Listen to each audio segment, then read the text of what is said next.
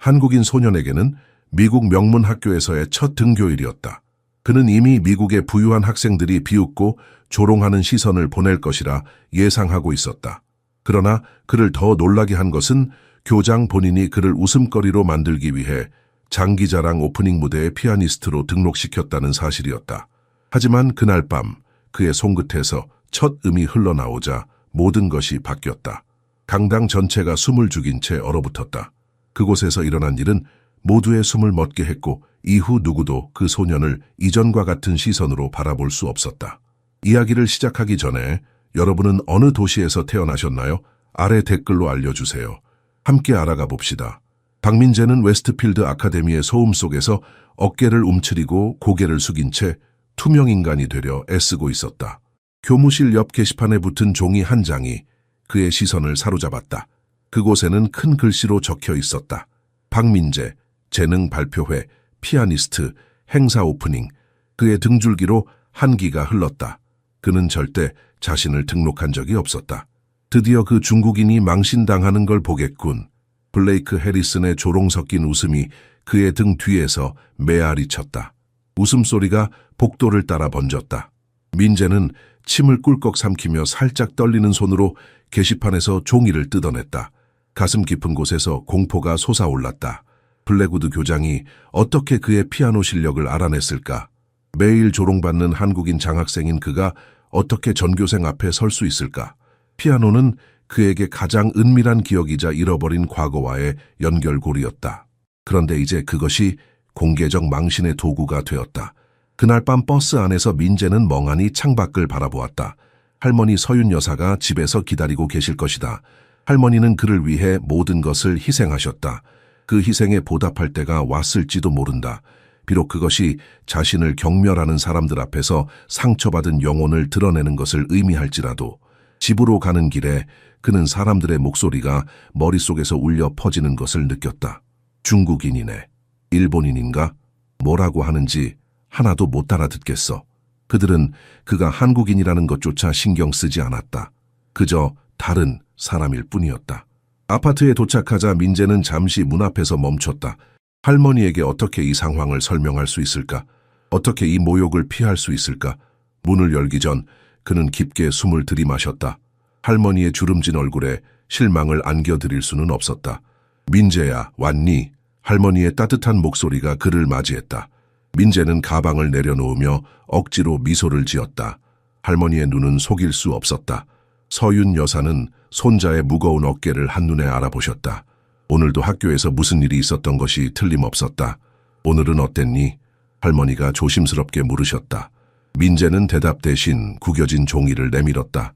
할머니의 눈이 커졌다. 그녀는 영어를 완벽히 이해하지 못했지만 피아니스트라는 단어는 알아보셨다. 그리고 손자의 얼굴에 드리운 그림자도. 내일 설명해 드릴게요, 할머니. 지금은 좀 쉬고 싶어요. 할머니는 고개를 끄덕이셨다. 하지만 민재는 알고 있었다. 내일이 오면 결정을 내려야 할 것이다. 도망칠 것인가? 아니면 맞서 싸울 것인가? 부산의 작은 아파트에서 창밖으로 비 내리는 모습을 바라보던 그날이 민재의 기억 속에 선명히 남아있었다. 2년 전 16살이던 그는 평범한 고등학생이었다. 그날도 평소처럼 학교를 마치고 돌아와 피아노 연습을 하고 있었다. 쇼팽의 녹턴이 방 안에 울려 퍼지고 있을 때 전화벨이 울렸다. 박민재 학생 맞습니까? 낯선 목소리에 민재의 가슴이 철렁 내려앉았다. 어머니 혜운 씨와 아버지께서 콘서트 가시는 길에 사고가, 그 뒤로 무슨 말이 오갔는지 민재는 기억하지 못했다. 단지 비가 창문을 때리는 소리와 자신의 심장이 멈춘 듯한 느낌만이 남아있었다. 피아니스트로서 전국적 명성을 얻고 있던 어머니의 특별 공연이 있던 날이었다. 아버지와 함께 떠난 서울행 차량이 고속도로에서 미끄러져 전복되었다. 운전기사만 살아남았다. 그날 이후 시간은 민재에게 무의미했다. 집안의 그랜드 피아노는 하얀 천으로 덮였고 전에는 멜로디로 가득 찼던 공간이 침묵에 잠겼다. 서윤 할머니는 손자가 하루하루 생기를 잃어가는 모습을 지켜볼 수밖에 없었다.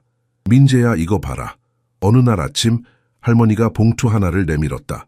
미국 웨스트필드 아카데미에서 온 장학금 제안이었다. 어머니의 오랜 음악 동료가 추천한 것이었다. 어머니가 살아계셨다면 원하셨을 기회야.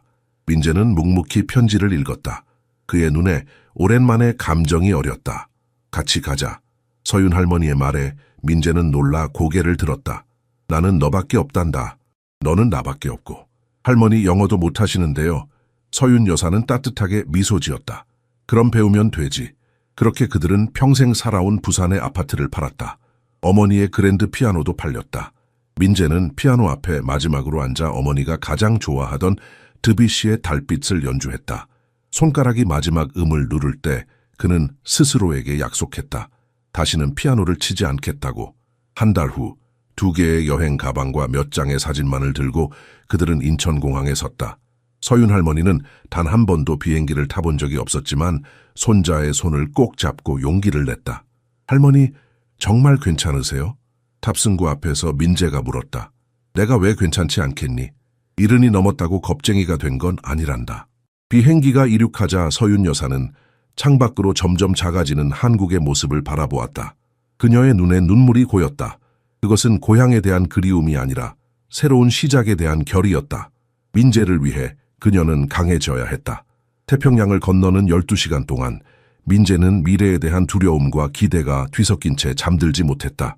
그가 알지 못했던 것은 그 두려움이 현실이 되기까지 얼마 걸리지 않으리라는 것이었다. 웨스트필드 아카데미의 붉은 벽돌 건물이 아침 햇살에 빛났다. 100년이 넘는 역사를 자랑하는 이 학교는 모든 면에서 부와 특권을 뿜어냈다. 민재는 새 교복을 입고 반짝이는 구두를 신은 채 학교 정문 앞에서 주저했다. 그는 자신이 이곳에 속하지 않는다는 것을 이미 느끼고 있었다. 괜찮을 거야, 민재야. 서윤 할머니가 손자의 어깨를 다독였다. 그녀의 얼굴에는 걱정과 자부심이 섞여 있었다. 어머니께서 항상 네가 특별하다고 하셨지. 오늘은 그걸 보여줄 첫날이란다. 민재는 억지로 미소를 지었다. 그는 할머니에게 실망을 안겨주고 싶지 않았다. 그녀가 이 기회를 위해 얼마나 많은 것을 희생했는지 알고 있었다. 깊게 숨을 들이마신 후 그는 돌아서서 학교로 걸어 들어갔다. 리베라 선생님의 문학 수업이 그의 첫 수업이었다. 교실에 들어서자마자 모든 시선이 그에게 쏠렸다. 그의 약간 찢어진 눈과 동양적 외모는 즉시 그를 다르게 만들었다. 자, 여러분, 오늘 우리 반에 새로운 학생이 왔어요. 리베라 선생님이 따뜻하게 말했다.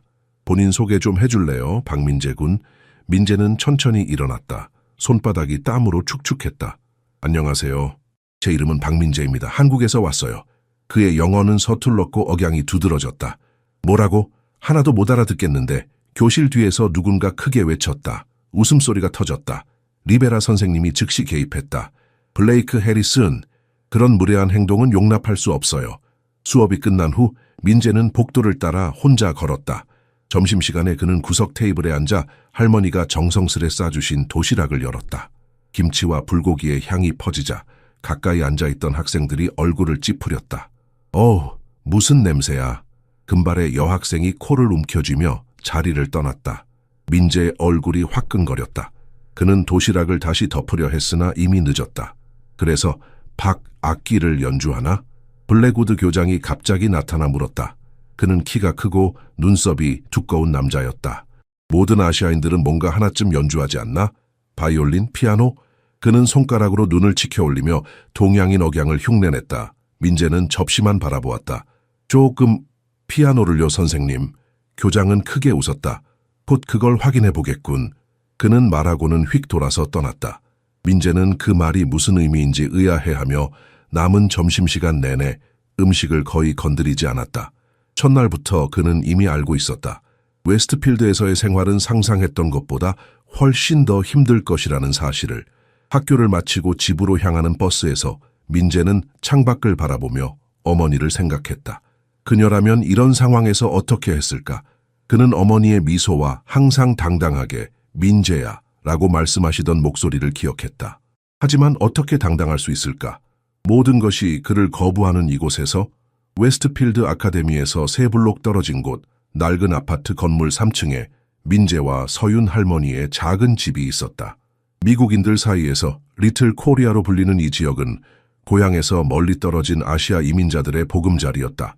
여기서 민재는 이방인이 아니었다. 학교에서 겪는 굴욕적인 나날 이후 이곳은 그의 유일한 안식처였다.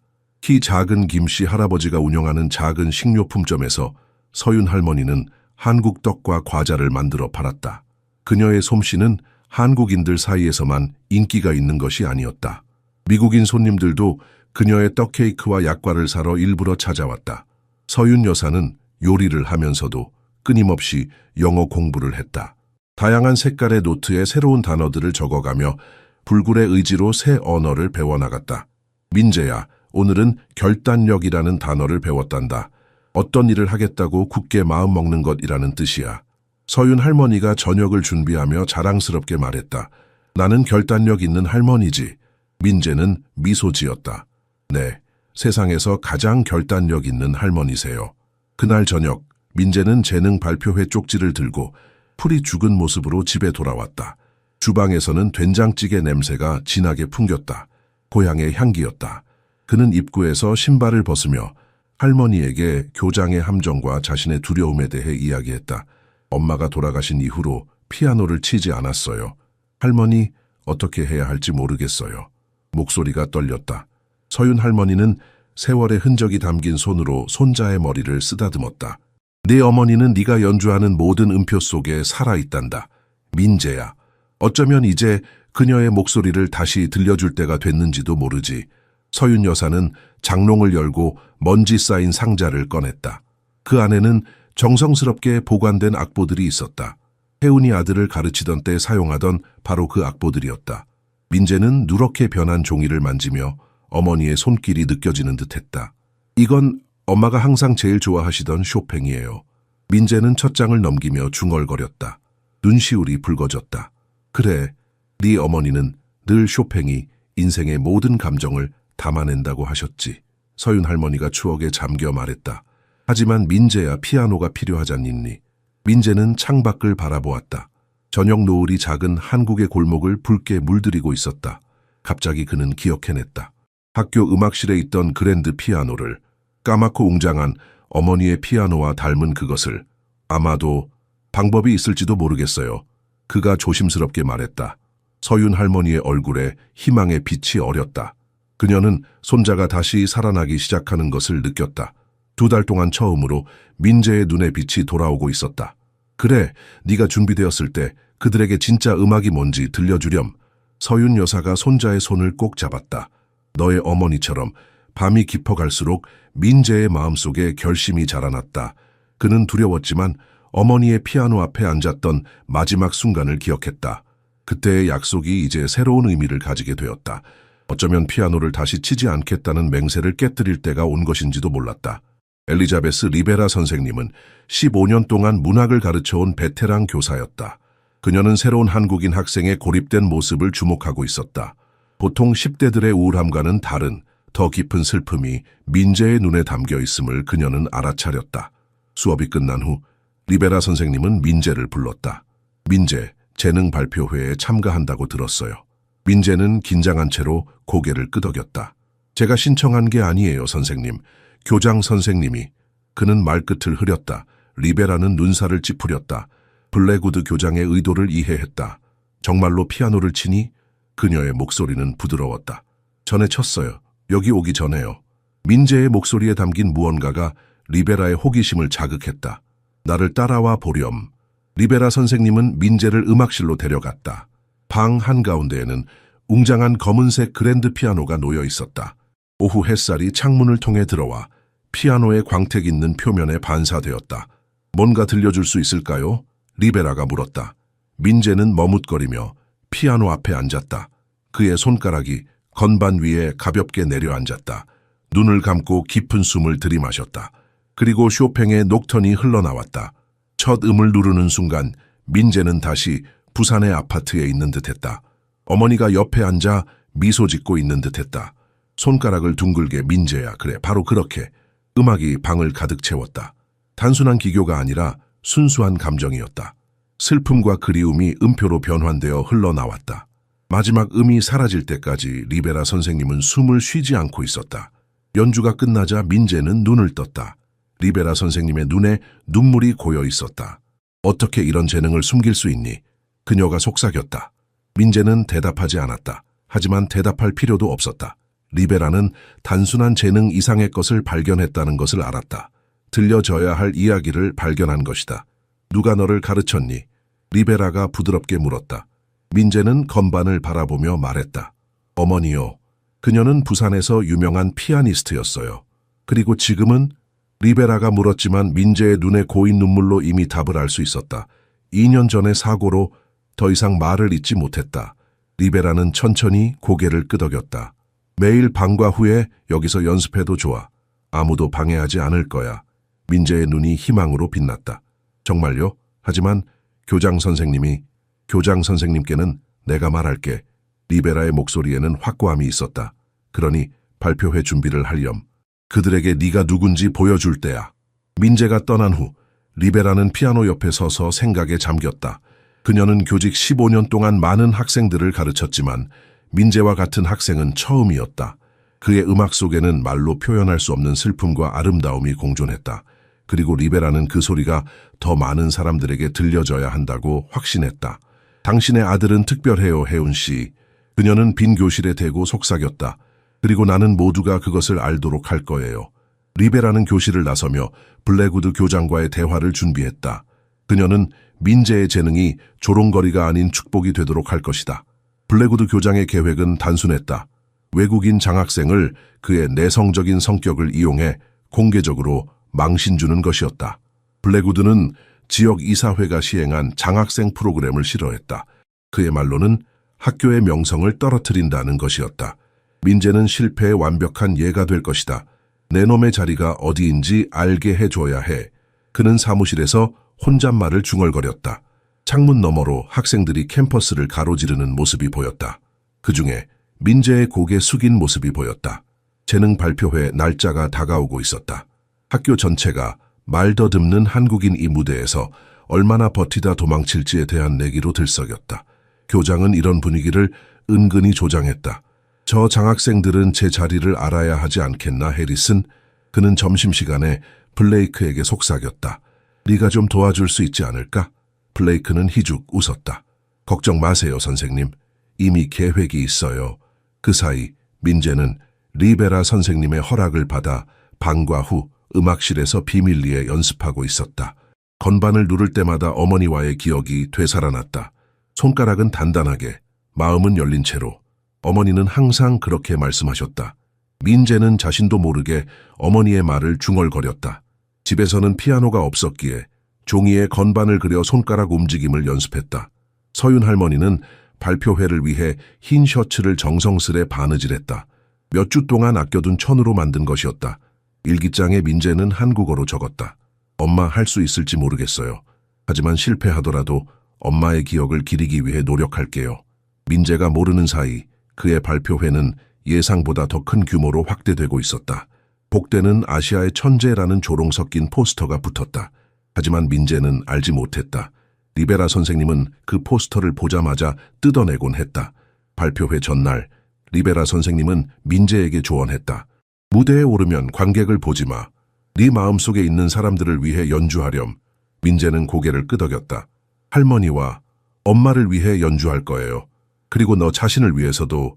리베라가 덧붙였다. 내 음악은 내 목소리야. 그들이 듣게 하렴. 그날 밤 민재는 악보를 들여다보며 오랫동안 앉아 있었다. 내일이면 모든 것이 바뀔 것이다.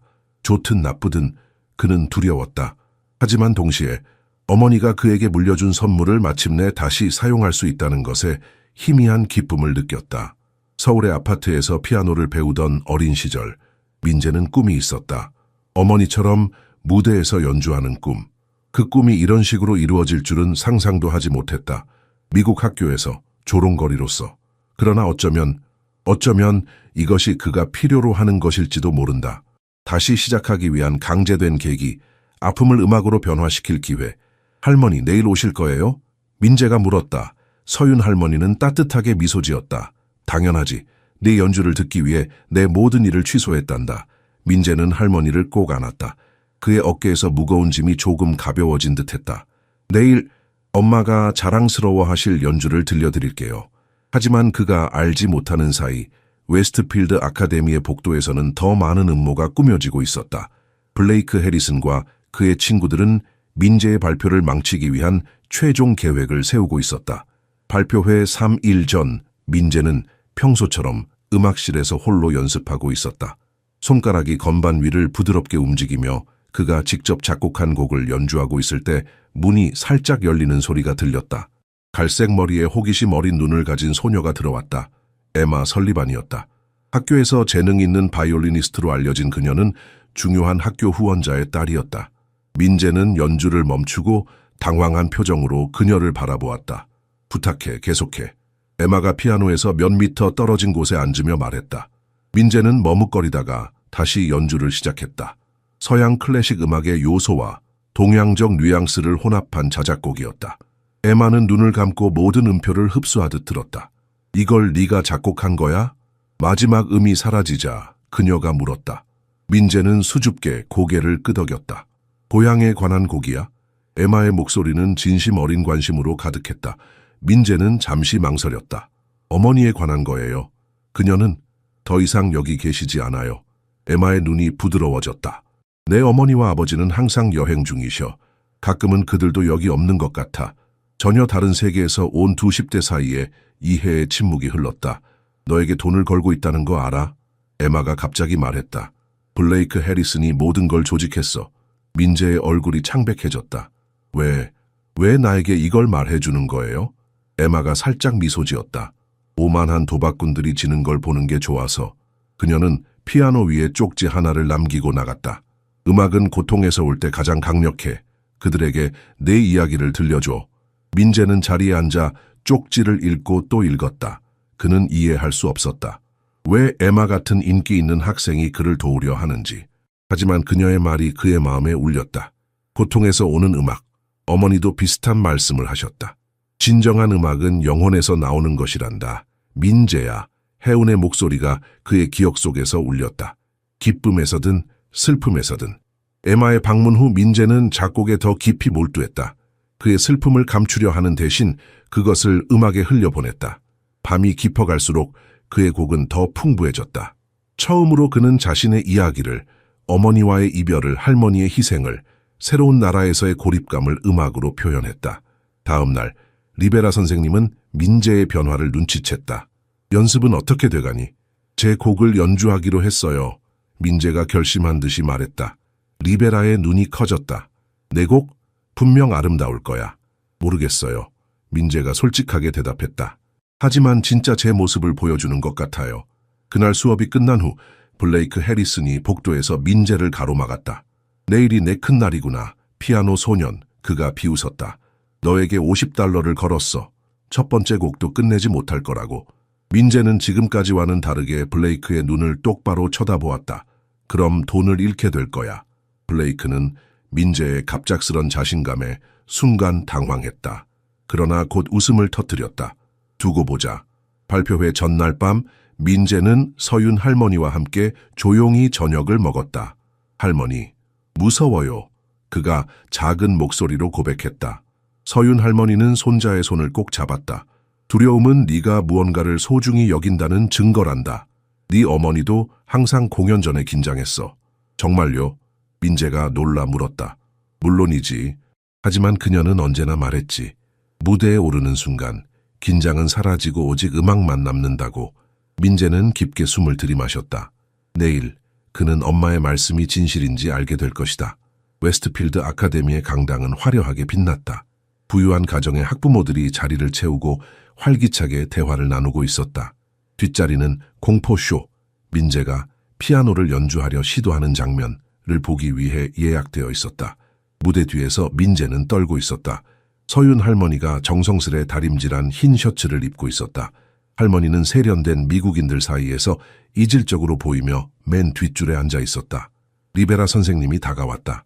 심호흡을 해 민재. 그녀를 위해 연주하렴. 그녀는 조용히 서윤 할머니를 가리켰다.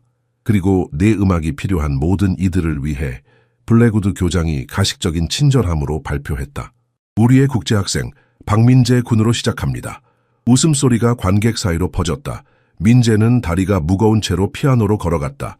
실패를 기대하는 적대적인 침묵이 강당을 채웠다. 민재의 손가락이 차가운 건반에 닿았다. 그는 눈을 감고 적대적인 관중이 아닌 부산의 작은 아파트를 상상했다. 피아노 의자의 옆에 앉아 미소 짓는 어머니의 모습을, 쇼팽의 첫 음들이 공간을 채웠다. 정확하고 섬세했다. 그리고 점차 그의 자작곡으로 부드럽게 전환되었다. 회복할 수 없는 상실을 이야기하는 멜로디였다. 강당의 침묵이 변했다. 이제는 실패에 대한 기대가 아닌 경외감이었다. 민재가 다른 사람들이 보지 못했던 그가 무언가 놀라운 일을 하고 있었다. 처음에는 몇몇 학생들이 웃음을 참으려 했다. 하지만 음악이 계속되자 웃음은 사라졌다. 대신 모든 눈이 무대에 고정되었다. 블랙우드 교장은 불안하게 자리에서 움직였다. 마지막 음이 울릴 때 민재는 눈을 떴다. 첫 줄에 앉은 에마의 얼굴에 외로운 눈물이 흐르고 있었다. 몇 초 동안 끝없는 침묵이 이어졌다. 그리고 박수가 터져 나왔다. 조롱이 아닌 진심 어린 갈채였다. 처음에는 조심스럽게 그리고 점점 강도를 더해갔다. 블랙우드 교장은 충격에 빠진 채 지켜보고 있었다. 브라보! 리베라 선생님이 외쳤다. 그녀의 얼굴에는 자랑스러움이 가득했다. 민재는 어색하게 일어나 인사했다. 그의 눈이 관객석을 스캔하여 서윤 할머니를 찾았다. 그녀는 조용히 앉아 있었지만 그녀의 뺨에 흐르는 눈물이 모든 것을 말해주었다. 무대에서 내려와 민재는 에마와 마주쳤다. 정말 대단했어, 그녀가 말했다. 고마워, 민재가 쑥스럽게 대답했다. 내 메모가 도움이 됐어. 갑자기 블레이크 해리슨이 그들 앞에 나타났다. 그의 얼굴은 읽기 어려웠다. 그렇게 연주할 줄 몰랐어. 그가 마침내 말했다. 완전한 칭찬은 아니었지만 그의 목소리에서 적대감은 사라져 있었다. 로비에서 서윤 할머니가 민재를 기다리고 있었다. 그녀는 말없이 손자를 껴안았다. 네, 어머니가 너를 보셨다면. 그녀의 목소리가 떨렸다. 알아요, 할머니. 민재가 속삭였다. 저도 느꼈어요. 그녀가 저와 함께 연주하는 것 같았어요. 집으로 돌아가는 버스에서 민재는 창밖의 도시 불빛을 바라보았다. 오늘 밤 무언가가 바뀌었다. 단지 다른 사람들의 그에 대한 인식만이 아니라 그 자신에 대한 인식도. 처음으로 그는 생각했다. 어쩌면 이곳에서도 자신의 자리를 찾을 수 있을지도 모른다고. 어쩌면 어머니의 음악적 유산이 그가 생각했던 것처럼 끝나지 않았을지도 모른다고. 그러나 민재는 알지 못했다. 오늘 밤의 성공이 블랙우드 교장의 분노를 더욱 키웠다는 것을, 그의 계획이 역화된 것에 대한 앙심을. 이게 끝이 아니야. 교장은 텅 빈 강당에 서서 중얼거렸다. 결코 끝이 아니지. 발표회 다음 날 민재는 전혀 다른 학교에 들어선 듯한 느낌을 받았다. 복도를 걸을 때마다 학생들이 그를 쳐다보았지만 이번에는 조롱이 아닌 호기심과 새로운 존중이 담긴 눈빛이었다. 저기 피아니스트가 온다. 누군가 속삭였다. 이제 중국인 대신 피아니스트라는 호칭으로 불렸다. 점심시간에 에마가 그의 테이블로 다가왔다. 여기 앉아도 될까? 그녀가 물었다. 민재는 놀라 고개를 끄덕였다. 웨스트필드에서 가장 인기 있는 학생 중 하나가 그와 함께 앉겠다고 제안한 것이다. 어젯밤은 마법 같았어. 에마가 진심 어린 목소리로 말했다. 다들 내 연주에 대해 이야기하고 있어. 특히 네가 작곡한 부분은. 그녀가 말을 끝내기도 전에 다른 학생들이 다가왔다. 재즈 밴드에서 색소폰을 연주하는 다니엘, 음악 이론 수업에서 우등생인 소피아. 그들은 민재의 테크닉과 작곡에 대해 진지한 질문을 던졌다. 한국 음악에 그런 요소들이 있는 거야? 다니엘이 물었다. 그 독특한 선율은? 정확히는 아니에요. 민재가 설명했다. 전통적인 한국 음악과 어머니께서 가르쳐주신 클래식을 혼합한 거예요. 이 대화는 민재에게 새로운 경험이었다. 학생들이 그의 문화를 비웃는 대신 이해하려고 노력하는 것. 그러나 모든 것이 변한 것은 아니었다. 블레이크 해리슨은 멀리서 민재를 노려보고 있었다. 아마도 그가 건 돈을 잃은 것 혹은 공개적으로 틀렸다는 사실에 분노한 듯했다. 하지만 지금 당장은 그의 수치심이 그를 멀리 떨어져 있게 했다. 더 위험한 것은 블랙우드 교장의 조용한 분노였다. 그날 오후 민재는 그가 리베라 선생님과 격렬하게 논쟁하는 것을 우연히 들었다. 그 장학생을 다음 행사에 출연시키는 것은 불가능합니다. 그가 으르렁거렸다. 발표회는 우리 음악부 학생들을 위한 것입니다. 리베라는 물러서지 않았다. 민재의 재능은 우리 학교 역사상 가장 뛰어난 것 중 하나입니다. 그를 배제하는 것은 학생들에게 잘못된 메시지를 전달하는 겁니다. 내 학교에서 무슨 메시지를 전달할지는 내가 결정합니다. 리베라 씨. 집에서 민재는 발표회의 성공에 대해 이야기하느라 흥분했다. 서윤 할머니는 자랑스러운 미소를 지으며 듣고 있었다. 드디어 내 손자의 진짜 모습을 보여줬구나. 그녀가 말했다. 내 어머니가 살아계셨다면. 알아요, 할머니. 민재가 그녀의 손을 잡았다. 어젯밤 무대에서 연주할 때 엄마가 옆에 계신 것 같았어요. 서윤 할머니의 눈에 눈물이 고였다. 잠시 둘 다 말없이 앉아 있었다. 다음 날 민재가 음악실로 가보니 문이 잠겨 있었다. 문에 걸린 메모에는 음악부 학생들만 사용 가능이라고 적혀 있었다. 그의 가슴이 무너졌다. 그가 매일 연습하던 곳, 어머니의 기억이 살아있던 유일한 장소가 이제 닫혀버린 것이다. 걱정하지 마. 뒤에서 에마의 목소리가 들렸다. 대안을 찾을 거야. 민재는 희미하게 미소 지었지만 그의 마음은 무거웠다. 한 번의 성공이 그의 상황을 완전히 바꿀 수는 없을 것이다. 블랙우드 교장이 그의 음악을 묵살하려는 한 그의 싸움은 계속될 것이다. 그러나 민재는 이제 혼자가 아니었다. 서윤 할머니, 리베라 선생님, 그리고 이제 에마와 몇몇 다른 학생들이 그의 편이었다. 아마도 그것만으로도 충분할지도 모른다. 민재의 집 우편함에 도착한 편지 한 장이 그의 운명을 뒤흔들었다. 시립음악원에서 온 공식 초청장이었다. 리베라 선생님이 그의 발표회 영상을 보냈던 것이다. 이게 뭔지 알아요, 할머니? 민재가 떨리는 손으로 편지를 들고 물었다. 서윤 할머니는 안경을 쓰고 영어로 된 편지를 힘겹게 읽었다. 오디션? 장학금? 그녀의 목소리가 흥분으로 커졌다. 다음 날 아침 그들은 최고의 옷을 입고 시립음악원으로 향했다. 웅장한 건물은 높은 창문과 유명 음악가들의 사진이 가득한 복도로 이루어져 있었다. 민재와 서윤 할머니는 소피아 앤더슨 원장에게 맞이하였다. 그녀는 국제적으로 존경받는 피아니스트였다. 이렇게 어린 나이에 이런 감정적 성숙함을 보기는 드물어요. 앤더슨 원장이 민재의 발표회 영상을 분석하며 말했다. 당신의 테크닉에는 한국 학파의 영향이 느껴지네요. 민재는 누군가가 그것을 알아차렸다는 사실에 놀라 고개를 끄덕였다. 어머니가 서울 국립음악원에서 공부하셨어요. 앤더슨이 미소 지었다. 쇼팽 움직임에 대한 접근법에서 그 영향이 보여요. 오디션은 다음 달로 예정되었다. 전액 장학금의 기회였다. 음악원을 나서면서 민재는 감정이 뒤섞였다. 기쁨과 두려움, 그리고 묘한 죄책감까지. 할머니, 만약 이 장학금을 받게 되면 우리는 정말로 여기에 머물 수 있을 거예요. 민재가 말했다. 서윤 할머니는 그의 손을 꼭 쥐었다. 내 음악이 들릴 수 있는 곳이 내 자리란다, 민재야. 그녀의 눈에 담긴 무조건적인 지지가 민재의 마음을 따뜻하게 했다. 하지만 그는 아직 결정을 내려야 했다. 웨스트필드를 떠나 음악원으로 가는 것이 옳은 선택일까? 블랙우드 교장과의 싸움을 중단하고 도망치는 것이 아닐까? 학교에서 소식은 빠르게 퍼졌다. 리베라 선생님은 그를 교무실로 불러 축하했다. 난 항상 네가 특별하다는 걸 알고 있었어, 민재. 그녀가 자랑스럽게 말했다. 음악원은 네 재능에 걸맞은 곳이야. 그러나 리베라의 눈에는 슬픔도 있었다. 그녀는 민재가 웨스트필드를 떠나게 될지도 모른다는 것을 알고 있었다. 며칠 후 블랙우드 교장이 민재를 사무실로 불렀다. 민재는 안으로 들어서며 손바닥에 땀이 배었다. 앉게 박군. 교장이 가식적인 미소를 지으며 말했다. 시립음악원에서 오디션을 본다고 들었네. 민재는 긴장하며 고개를 끄덕였다. 매우 영광스러운 일이지. 교장이 계속했다. 사실 난 네가 웨스트필드를 떠나는 게 최선이라고 생각해. 우리 학교는 네 재능을 충분히 발전시켜 줄 수 없을 테니까. 민재는 교장의 얼굴에서 진실을 읽을 수 있었다. 그는 단지 민재를 없애고 싶었을 뿐이다. 참, 다음 주 하나 된 목소리 행사는 취소되었다고 알려드려야겠군. 블랙우드가 덧붙였다. 그 행사는 민재가 새 작품을 선보일 예정이었던 곳이었다.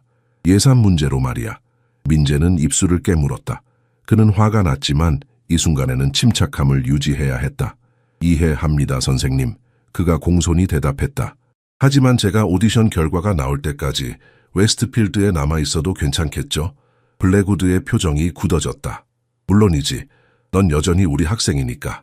그의 목소리에는 갈등을 숨기지 못하는 불만이 묻어났다. 학교를 나서며 민재는 깊은 숨을 내쉬었다. 그는 이제 두 가지 길 사이에서 선택해야 했다. 음악원으로 가서 새 출발을 하는 것, 아니면 웨스트필드에 남아 블랙우드 교장과 그의 편견에 맞서 싸우는 것. 집으로 걸어가는 길에 민재는 갑자기 어머니의 목소리가 들리는 듯했다. 내 심장이 이끄는 곳으로 가라. 민재야. 음악은 결국 거기서 나오는 것이니까. 민재는 어머니가 자신에게 무엇을 원하셨을지 궁금했다. 그리고 그 답은 이미 그의 마음속에 있었다. 잔디밭 피아노 작전은 에마가 비밀 계획에 붙인 이름이었다. 민재의 재능과 이야기에 감명받은 웨스트필드 아카데미 학생들이 조용히 조직되기 시작했다. 블랙우드가 행사를 취소했다고? 그럼 우리가 직접 하면 되지. 에마가 방과 후 몇몇 학생들을 불러 모아 말했다. 우리 학교에는 피아노 천재가 있는데 그를 침묵시키는 건 범죄나 다름없어. 이전에 민재를 괴롭히던 블레이크 해리슨도 그 자리에 있었다. 그는 이전 행동에 대한 후회로 자신의 앰프를 제공하겠다고 나섰다. 내가 틀렸어. 그가 인정했다. 그리고 이제 블랙우드에게 우리가 더 이상 그냥 따르지 않는다는 걸 보여줄 때야. 기술 동아리가 음향을 맡겠다고 약속했고 스포츠팀은 의자 배치를 담당하기로 했다. 리베라 선생님은 조용히 음악원에서 피아노를 빌리는 것을 도왔다. 학교 밖에서 진행되는 비공식 학생 활동에 관여할 수 없어. 그녀가 웃으며 말했다. 하지만 만약 우연히 학교 뒤 잔디밭에 피아노가 나타난다면 그건 내가 알 바 아니지. 민재는 여전히 불안했지만 친구들의 지지에 용기를 얻어 열심히 연습했다. 어느 날 밤 에마가 특별한 것을 가져왔다. 도서관 아카이브에서 이걸 찾았어. 그녀가 태블릿을 건네며 말했다. 그것은 디지털화된 한국 신문이었다. 사고 전 해운의 마지막 연주회 사진이 실려 있었다. 우아한 검은 드레스를 입고 그랜드 피아노 앞에 앉아 환하게 웃고 있는 어머니의 모습. 민재는 떨리는 손가락으로 화면을 만졌다. 어떻게 이걸 찾았어? 에마가 미소 지었다. 한국 피아니스트들에 대해 검색했어. 내 어머니는 유명한 분이셨더라, 민재. 조용한 눈물이 민재의 뺨을 타고 흘렀다. 그는 어머니를 다시 보는 것이 이렇게 고통스러울 줄 몰랐다. 하지만 동시에 그것은 그에게 힘을 주었다. 그날 밤 그는 어머니의 이미지에 영감을 받아 열정적으로 작곡했다. 그의 새로운 곡은 형태를 갖추기 시작했다. 단순한 상실에 관한 것이 아니라 죽음을 초월한 연결에 관한 곡이었다. 이건 네 최고의 작품이 될 거야. 연습을 듣고 난 후 리베라 선생님이 말했다. 네 어머니의 영혼이 여기에 있어. 즉흥 콘서트 전날 블랙우드 교장이 민재를 다시 불렀다. 승인되지 않은 콘서트에 대한 소문을 들었네. 그가 날카롭게 말했다. 참여하는 것은 심각한 규칙 위반이 될 거야. 음악원 입학에도 영향을 미칠 수 있지. 민재는 이전과 달리 눈을 내리깔지 않고 교장을 똑바로 쳐다보았다. 그는 교장의 위협이 빈말이 아니라는 것을 알았지만 더 이상 두렵지 않았다. 존경하는 마음을 담아 말씀드리자면 선생님, 그가 침착하게 대답했다. 음악은 위반이 아닙니다. 음악은 다리입니다. 민재는 교장의 사무실을 떠났다. 블랙우드는 민재의 새로운 자신감에 놀라 말을 잃었다. 저녁이 되자 민재는 긴장했지만 결의에 차 있었다.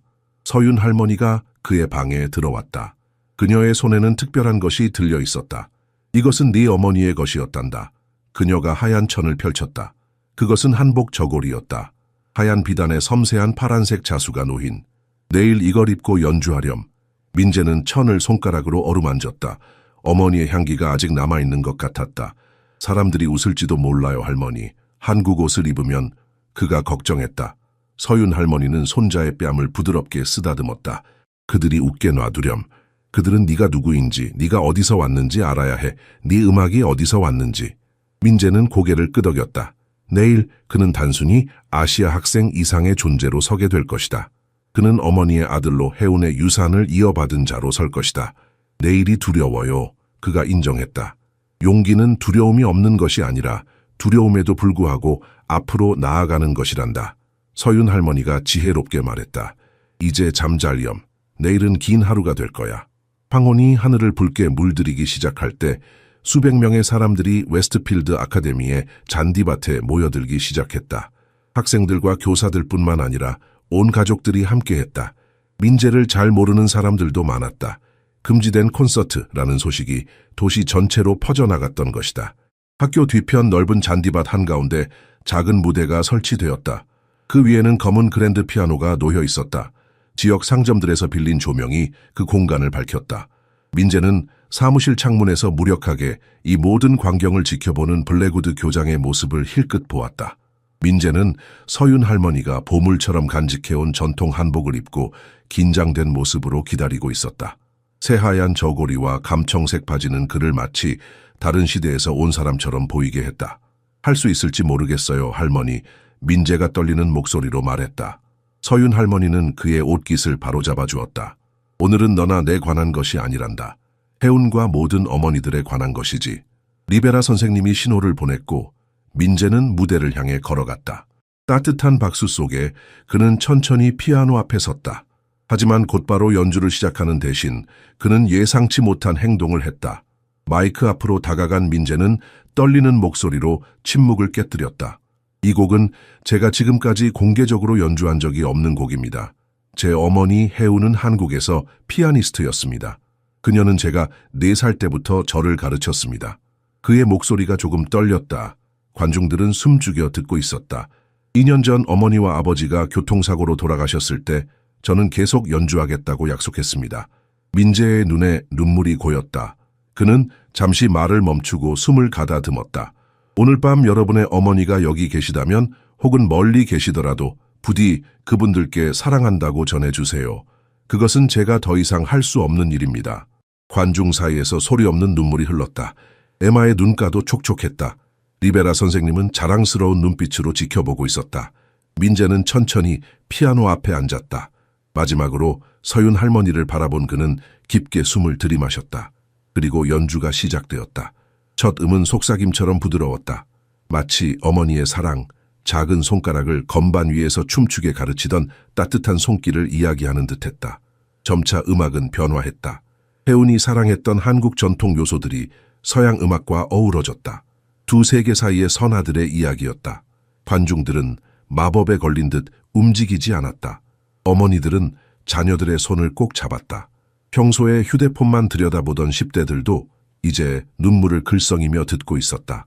연주 중간에 놀라운 일이 일어나기 시작했다. 수십 명의 사람들이 휴대폰을 꺼냈다. 사진을 찍기 위해서가 아니라 메시지를 보내기 위해서였다. 엄마, 사랑해요. 보고 싶어요. 모든 것에 감사해요. 몇몇은 전화를 걸어 오랫동안 하지 못했던 말을 속삭이고 있었다. 음악에 몰입한 민재는 자신의 용기가 미치는 영향을 알지 못했다. 마지막 음이 밤 공기에 울려 퍼졌을 때 몇 초간 침묵이 이어졌다. 함께 나눈 순간에 대한 경건한 존중이었다. 그리고 폭발적인 박수가 터져 나왔다. 사람들은 기립박수를 보냈다. 어떤 이들은 서로 껴안고 또 다른 이들은 눈물을 닦고 있었다. 뭔가 놀라운 일이 일어났다. 한 수줍은 한국 소년이 대리석 궁전과 100년 전통이 해내지 못한 일을 해냈다. 그는 엘리트 학교 웨스트필드 아카데미를 인간화시켰다. 민재가 무대에서 내려오자 서윤 할머니가 그를 꼭 안았다. 할머니의 눈에서는 자랑스러운 눈물이 흘렀다. 네 어머니가 봤단다. 그녀가 속삭였다. 그녀가 들었어. 그 순간 민재는 깨달았다. 음악은 단순한 소리가 아니라 영혼을 연결하는 달이라는 것을. 그리고 오늘 밤 그는 자신의 영혼만이 아닌 모든 이의 영혼을 연결했다. 민재의 연주가 끝난 잔디밭에는 이전과는 다른 분위기가 감돌았다. 사람들은 서둘러 떠나지 않고 작은 그룹을 지어 이야기를 나누었다. 많은 이들이 민재에게 다가와 악수를 청했다.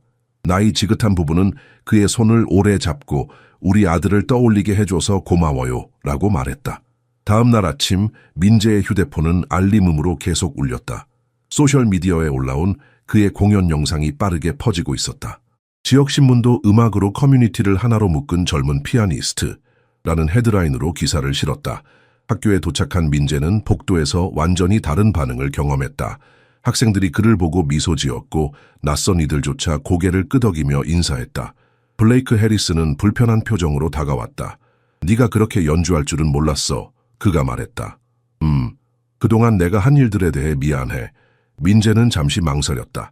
블레이크의 사과는 진심 어린 것처럼 보였다. 괜찮아. 그가 마침내 말했다. 이제는 새로운 시작이야. 수업 중간에 교내 방송이 울렸다. 박민재 학생은 교장실로 와주시기 바랍니다. 민재는 긴장했지만 더 이상 두려워하지 않았다. 어제의 성공이 그에게 새로운 힘을 주었다. 교장실로 향하는 길에 그는 리베라 선생님과 마주쳤다. 걱정 마, 선생님이 속삭였다. 내 편이 생각보다 많단다. 블랙우드 교장의 사무실에는 예상치 못한 손님이 있었다. 교육청의 지역이사와 학교 이사회 회장이었다. 민재 앉으렴, 지역이사가 친절하게 말했다. 어제 내 연주에 대해 많은 이야기를 들었단다. 블랙우드 교장은 불편한 표정으로 자리에 앉아 있었다. 그의 얼굴은 굳어 있었고 손은 책상 위에서 약간 떨렸다. 우리는 블랙우드 교장 선생님의 리더십에 대한 우려를 여러 방면에서 듣고 있었네. 이사회 회장이 무거운 목소리로 말했다. 특히 국제학생들과 장학생들에 대한 처우 문제에 관해서 말이야. 민재는 놀라서 교장을 바라보았다. 그는 처음으로 블랙우드의 눈에서 두려움을 보았다. 당분간 교장 선생님은 행정적 조사를 위해 휴직하게 될 거야. 지역 이사가 설명했다. 그동안 첸 부교장이 임시로 학교를 이끌게 될 거고 블랙우드가 무언가 말하려 했지만 이사회 회장의 손짓에 그는 입을 다물었다. 아, 그리고 민재, 지역 이사가 미소를 지으며 덧붙였다. 시립음악원장과 통화했네. 내 오디션은 여전히 예정대로야. 하지만 결과가 어떻든 웨스트필드에서 네 재능을 살릴 방법을 찾을 거야. 민재가 사무실을 나오자 첸 부교장이 기다리고 있었다. 그녀는 온화한 미소의 아시아계 미국인이었다. 민재, 잠시 이야기 좀 할까? 그녀가 자신의 사무실로 그를 안내했다. 먼저, 어제 연주는 정말 아름다웠어. 내 부모님은 중국에서 오셨는데 내 음악에서 나도 고향을 느꼈단다. 첸 부교장은 책상 위에 종이 한 장을 펼쳤다. 이건 내가 구상 중인 새로운 프로그램이야. 문화교류 음악 프로그램이라고 해서 다양한 문화적 배경을 가진 학생들이 함께 음악을 만들고 배우는 거지. 네가 도와줬으면 해. 민재의 눈이 커졌다. 저요? 하지만 너는 그저 학생이 아니야, 민재. 첸 부교장이 따뜻하게 말했다. 너는 다리를 놓는 사람이야. 어젯밤 네가 그것을 증명했잖니. 그날 방과 후 민재는 이제 열린 음악실로 향했다. 피아노 앞에 앉자 어제의 경험이 마음속에 메아리 쳤다. 그는 앞으로 어떤 길을 선택해야 할지 고민했다. 음악원으로 갈 것인가? 아니면 웨스트필드에 남아 변화의 일부가 될 것인가? 문이 살짝 열리며 에마가 바이올린 케이스를 들고 들어왔다. 연습 좀 같이 할까? 그녀가 제안했다. 듀엣을 위한 곡을 찾았는데 한국 멜로디와 서양 클래식을 혼합한 것 같아. 민재는 미소 지었다. 아마도 답은 이미 그의 앞에 있는지도 모른다. 음악처럼 때로는 다른 경로들이 함께 어우러져 더 아름다운 무언가를 만들어낼 수 있을 것이다.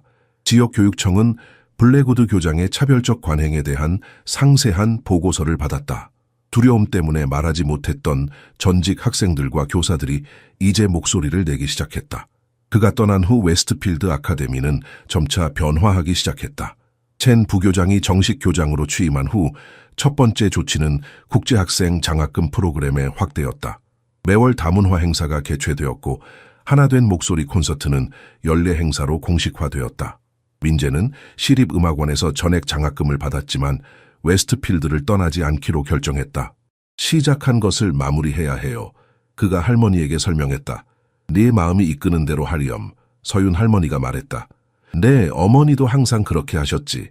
이제 민재는 더 이상 복도를 혼자 걷지 않았다. 블레이크 해리스는 음악의 힘에 변화된 뜻밖의 친구가 되었다. 그는 민재를 밴드 연습에 초대했고 그의 작곡에 진심으로 관심을 보였다. 에마와 민재는 함께 피아노와 바이올린 듀엣을 연습했다. 그들의 협업은 학교 공연에서 하이라이트가 되었다. 두 악기의 하모니처럼 그들의 우정도 깊어졌다. 서윤 할머니는 학교 근처에 작은 한국 다과점을 열었다. 그곳은 금세 방과 후 학생들의 만남의 장소가 되었다. 미국 학생들이 떡과 한국차를 맛보며 서윤 할머니에게서 간단한 한국어 인사말을 배웠다. 안녕하세요, 박 할머니. 그들은 웃으며 인사했고 서윤 할머니는 그들의 노력에 환하게 웃었다. 다음 학기 종업식에서 민재는 다시 웨스트필드 강당에서 연주했다. 이제 그곳은 완전히 다른 분위기였다. 연주 전 그는 자신을 보이지 않는 존재라고 느꼈던 모든 이들과 세상이 보지 못할 때도 우리를 보는 어머니들에게 헌정한다고 말했다. 그의 연주는 이번에 기쁨과 희망으로 가득했다. 극복과 화해의 축제와 같았다. 모든 슬픔이 사라진 것은 아니었지만 그것은 이제 그의 일부가 되어 그를 더 강하게 만들었다.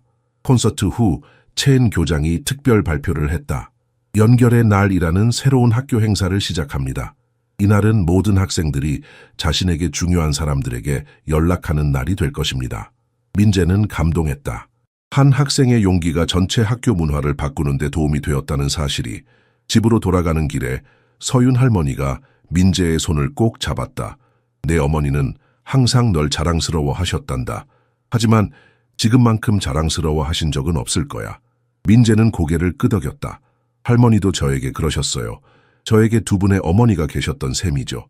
작은 한국에 있는 그들의 아파트에서 서윤 할머니가 드디어 분할 납부로 구입한 오래된 피아노가 이제 거실의 중심을 차지했다. 매일 밤 민재의 연습 소리가 온 집안을 채웠다. 피아노 위에는 혜운의 사진이 놓여 있었다. 웃는 얼굴로 아들을 바라보는 모습. 민재는 종종 연주하면서 어머니가 자신 옆에 앉아 있는 것을 느꼈다. 잘하고 있니, 민재야? 그는 때때로 어머니의 목소리를 들을 수 있다고 상상했다. 네, 엄마. 그는 마음속으로 대답했다. 이제 잘하고 있어요. 어느 날 저녁 민재는 새 곡을 작곡하고 있었다. 서윤 할머니가 조용히 그의 방에 들어왔다. 새 곡이니? 그녀가 물었다. 민재는 미소를 지었다. 네, 두 세계라는 제목이에요. 한국과 미국, 과거와 현재, 슬픔과 희망에 관한 곡이죠. 서윤 할머니는 손자의 어깨에 손을 올렸다. 내 음악은 이제 다른 사람들의 이야기도 담고 있구나. 네, 민재가 대답했다. 이제 제 이야기만이 아니에요. 우리 모두의 이야기예요. 창문 너머로 석양이 지고 있었다. 새로운 날이 시작되려 하고 있었다. 민재는 알고 있었다. 아픔이 끝난 것이 아니라 그 아픔이 무언가 아름다운 것으로 변화했다는 것을, 그리고 그 여정은 계속될 것이다. 한 음표씩, 하루하루씩.